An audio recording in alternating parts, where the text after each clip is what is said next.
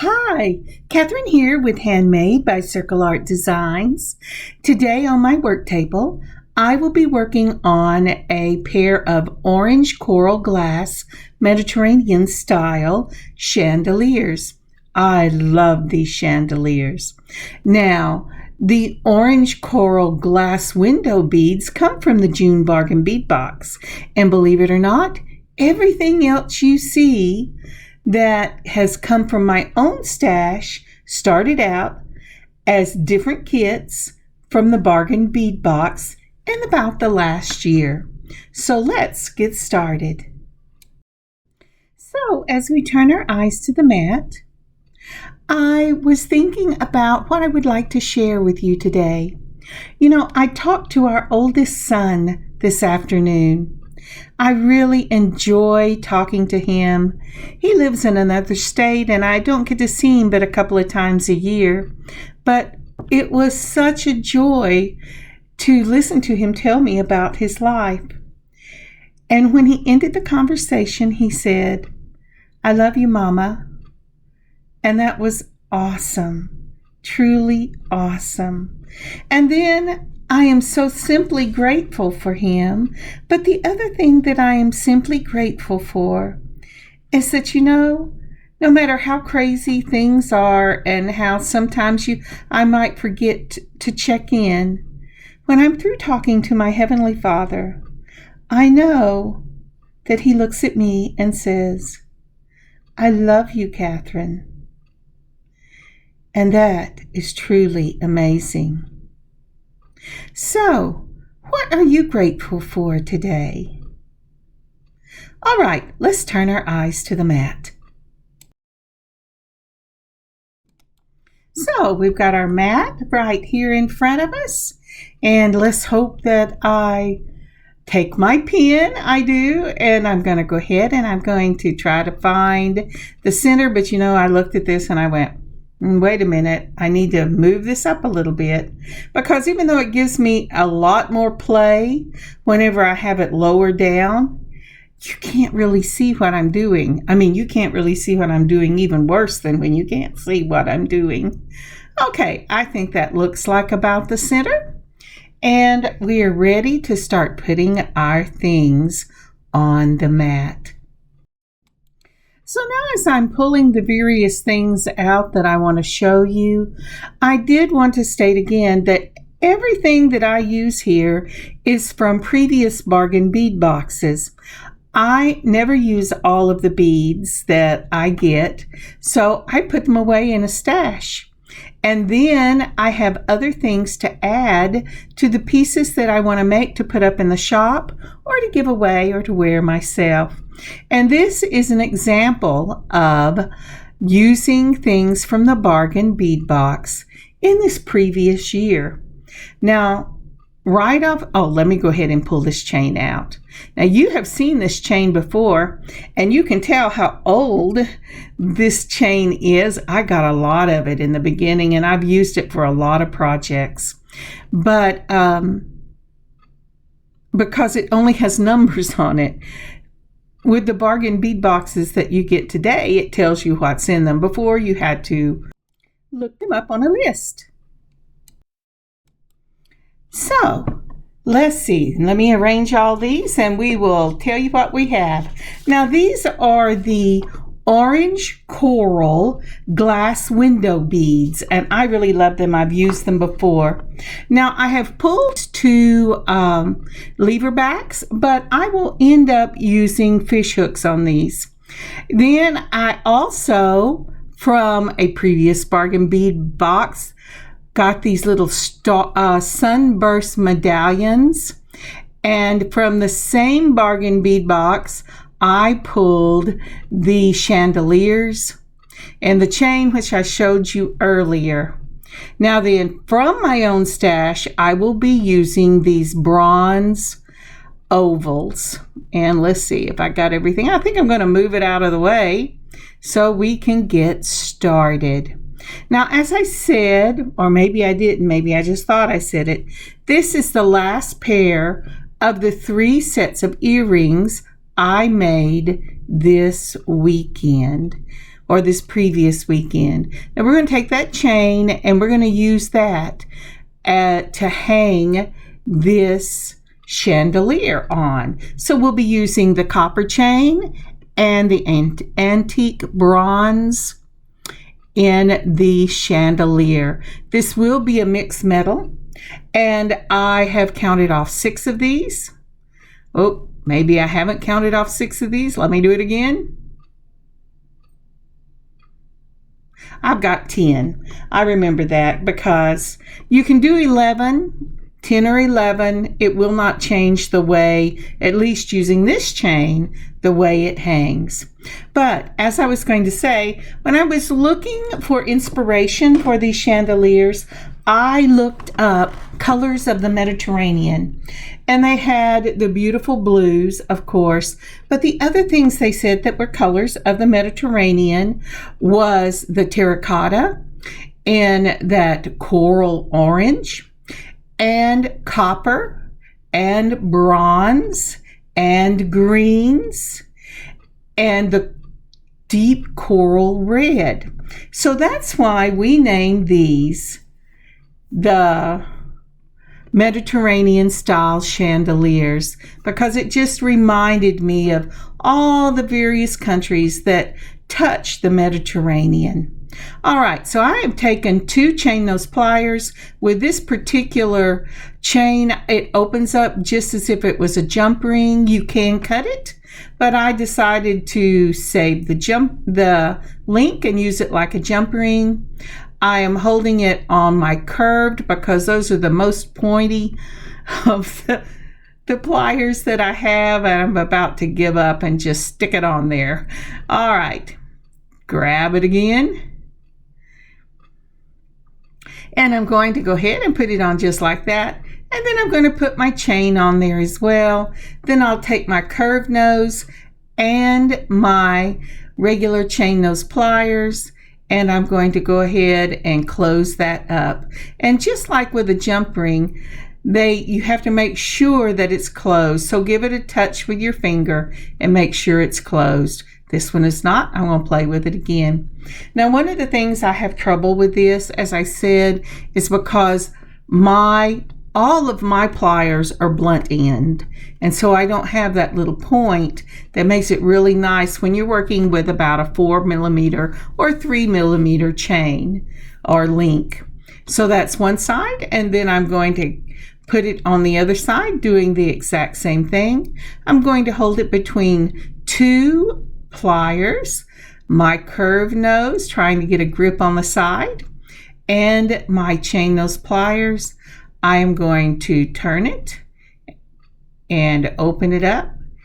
Now excuse me.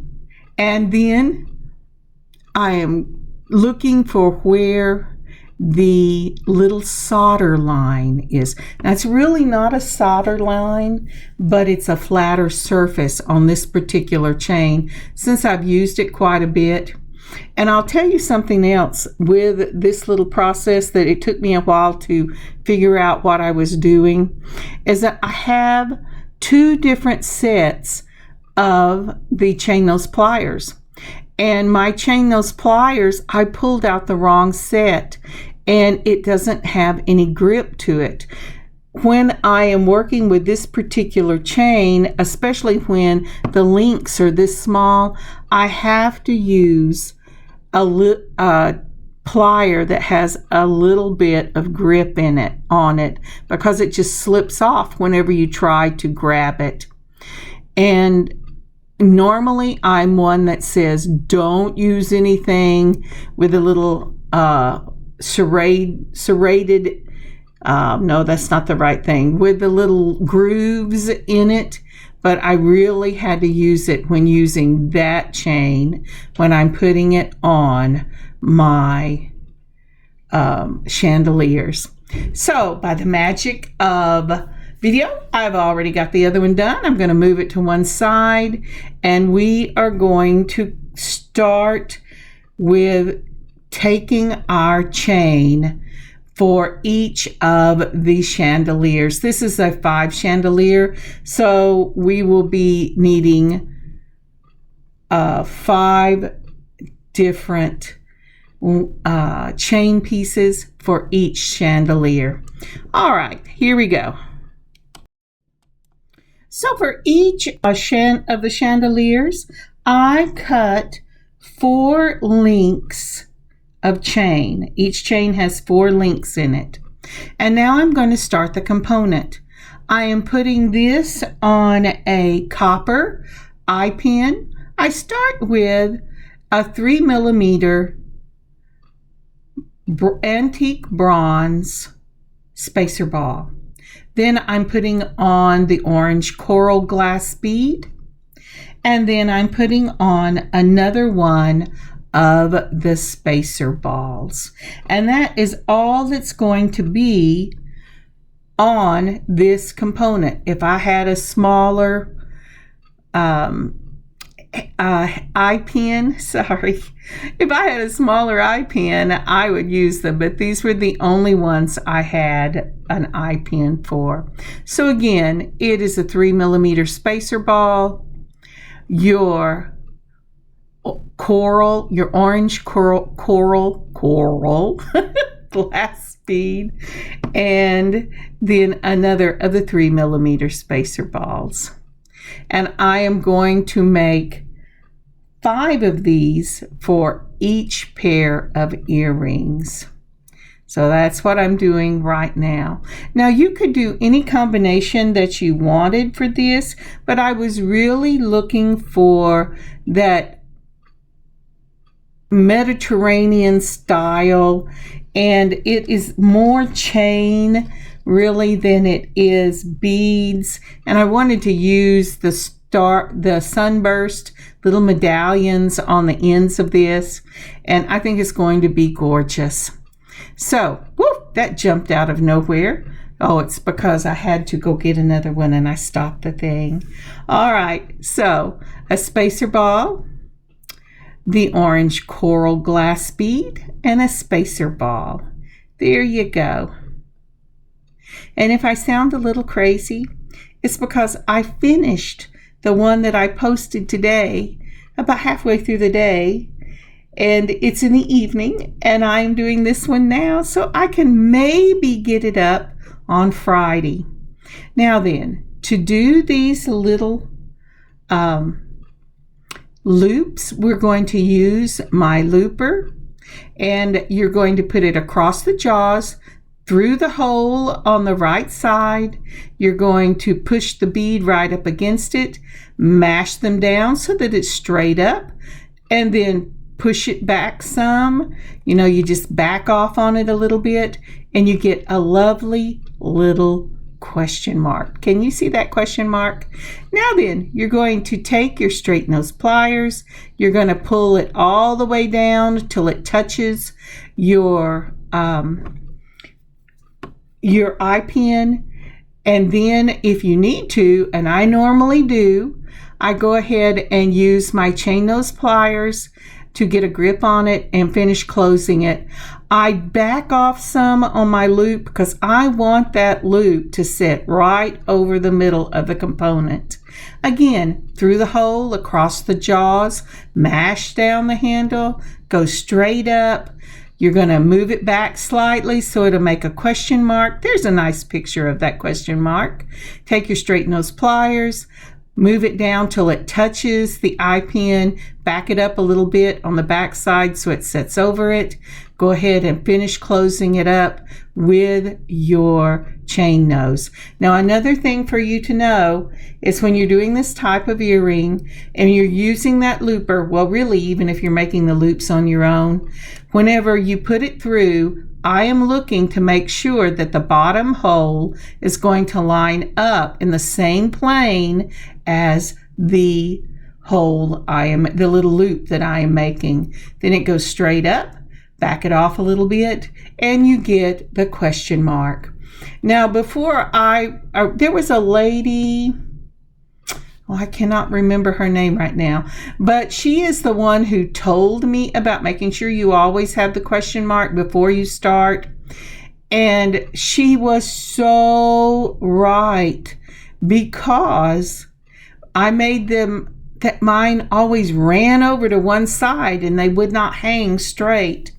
And so if you will just back off a little bit when you're using this looper and then close your question mark and take a little pinch at the back end so that it will go back over whenever you close it down like that. And you see right here I'm taking a little pinch, and if you do that and then close it with one of your pliers, and I've pulled out my round instead of my chain. Hang on just a second, I'll remember. There you go. And then you go ahead and close it up just like that. Then it should end up being exactly where you want it to be. The other thing to know when you're doing components is you want to make sure that the eye pins that you bought, just because they have a loop does not mean that they're going to be closed. So always check the bottom loop or the loop that it came with so that both the top loop and the bottom loop are closed. So I checked my alignment, I've closed the jaws, I've backed off, and then I'm going to close it up with my chain nose pliers. I'm going to take that little pinch at the back to move it back into place. And then I'm going to see, oh, look at there, I'm getting so brave. And it did, it closed up with my straight nose pliers. All right, so there are the 5 for the first one, or the first chandelier. And we'll go ahead and move that right there. Now then, what are we going to do? The next thing we're going to do is we're going to put those beautiful little sun medallions. They're beautiful, beautiful little antique bronze. They may be copper. I have a hard time telling the two apart until they're sitting right side by side. But see, I didn't check one of the ends and it was not closed. So now it's closed. So again, I have taken and held the jump ring between 2 pliers. I've twisted one wrist to open it. I'm putting on the medallion, then I'm putting on my component, and then twisting one wrist, I'm going to close it back up. Now, even when you think these jump rings are closed, they can surprise you. So always feel it with your finger. If it feels rough, and I say this every video, I'm sure some of you are tired of hearing it, but if it feels rough, it is not closed. But there is the first dangle or partial dangle. Now it's a component too. So again, we've taken our oval jump ring, twisting one wrist between 2 chain nose pliers. We opened it up. We're going to go ahead, I'm looking to make sure both the ends are closed, and put on our component. Then with a twist of the same wrist, we're going to go ahead and we're going to close it. I'm feeling it to make sure it's closed. It was. And so now that's 2. Alrighty, aren't those pretty? And with the magic of the video again, I've got all of those done, because after all, you didn't really want to see me put those little components on jump rings. Now, I love oval jump rings, and you will see me use those more times than not. There are some times when I cannot use them, but I love them because they are harder to pull apart if you get them really closed. So again, I'm reminding you there are 4 link chain. Each chain has 4 links. And now I'm going to take again these oval jump rings, and I'm going to open one up, holding it between my curve and my chain, twist one wrist, and then I am going to go ahead and put on my chain just like that. Let's see if I can catch it. I did. Doesn't look like much, but whenever you see these finished off, it will make a big difference. All right, closing it up, and I have got the chain onto the component. So we had one component, then we added those beautiful medallions, and that made component 2. And now we've added the chain to the top, and that's component 3. And this will be the last step before we add them to the chandelier. All right, So let's do this one more time. I've opened up the oval jump ring, and then I put on my chain. And when you see the jump ring next to the chain, you can tell that the chain is an antique copper and the oval jump ring is an antique bronze. And I have to tell you, that's the only way I can tell them apart. I know there must be something different, but I cannot do that on my own. I have to just lay everything out and go, oh, this is bronze. Oh, this is copper. Oh, this is brass. But that's pretty much all I can do it. Now then, let's see here. I have got them all done, and now we're going to go ahead. Oh, wait. I haven't got them all done. I'm putting on my last one. All right, so we've got them all done, and it's time for us to put our chandeliers together. Now, aren't those pretty? Now, let me tell you something about these sun medallions. They do not have suns on both ends, but they have finished off the back where it has a beautiful line, and it has a lovely, lovely shine to the back of it and gives it depth with the dark in the center. And so it's not going to matter when you wear these, whether or not the sun medallion shows or the beautiful back of this. They're equally gorgeous. And so I would not worry about that. But when I am putting these together, I want to make sure that I face the front of the earring with the front of the medallion. Even though it's going to twist because it's on the component is on a single eye pin, it will twist. But that's okay, because we're going to open up the jump ring. I'm sorry, I was talking to the first one. Then we're going to put on the component, and I will hold it up and make sure I know which way it's hanging, and that looks like it's facing the wrong way. So I took it off, and I'm going to turn it around so that it's facing the right way. I'm going to get a drink of water. Then I put right sides together, just like when you sew. The front of my earring and the front of the medallion are facing each other. So I'm actually closing this jump ring on the back of the earring. That way, just like whenever you open a sewing pattern and you've cut your material, when you open it up, you have your two fronts facing, or the front and then the back. And that's exactly what we're doing here. You have the front of the earring with the front of the medallion. But again, when you put it on, hold your jump ring up and see which way it is hanging. And now that is completed. So what I'm showing you in this next section is I decided against the lever backs, and I'm going with these copper, I believe they're antique copper, fish hook ear wires, because I can do this. I twist it. I want my earrings to face forward. There was no way to make that happen using the lever back. So once I get it turned, and be very careful because you'll snap that loop.